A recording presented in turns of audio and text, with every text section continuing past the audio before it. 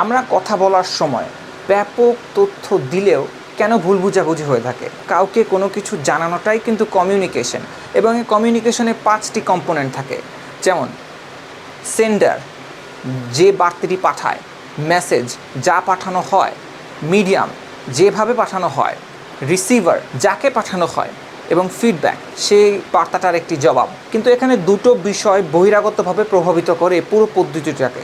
প্রথমত কনটেক্সট, যার অর্থ হচ্ছে প্রেক্ষাপট। দ্বিতীয়ত হচ্ছে নয়েজ, যেটার অর্থ আওয়াজ না, বাধা। এই ফিডব্যাকের অর্থ শুধু কোনো জবাব না, এটি একটি স্পষ্ট প্রমাণ যে আমি যা বলেছি আপনি সেটা বুঝেছেন। তাই কথার শেষে আপনি প্রশ্ন করতে পারেন, এক বাক্যে বলুন তো আমরা কী আলোচনা করলাম, অথবা বলুন তো আমাদের পরের ধাপটা কী হওয়া উচিত, অথবা এই পুরো আলোচনায় আপনার সবচেয়ে প্রিয় অংশ কোনটি ছিল। শুধু হাসি বা মাথা নেড়ে নয়, শব্দে নিশ্চিত হন। এই কমিউনিকেশনের প্রসেসটা তখনই সম্পূর্ণ যখন সেটাতে ফিডব্যাক থাকবে। তাই কমেন্ট সেকশনে আপনার ফিডব্যাকটা জানিয়ে দিন। Stay tuned with Peak to Lead Academy, because what you say matters.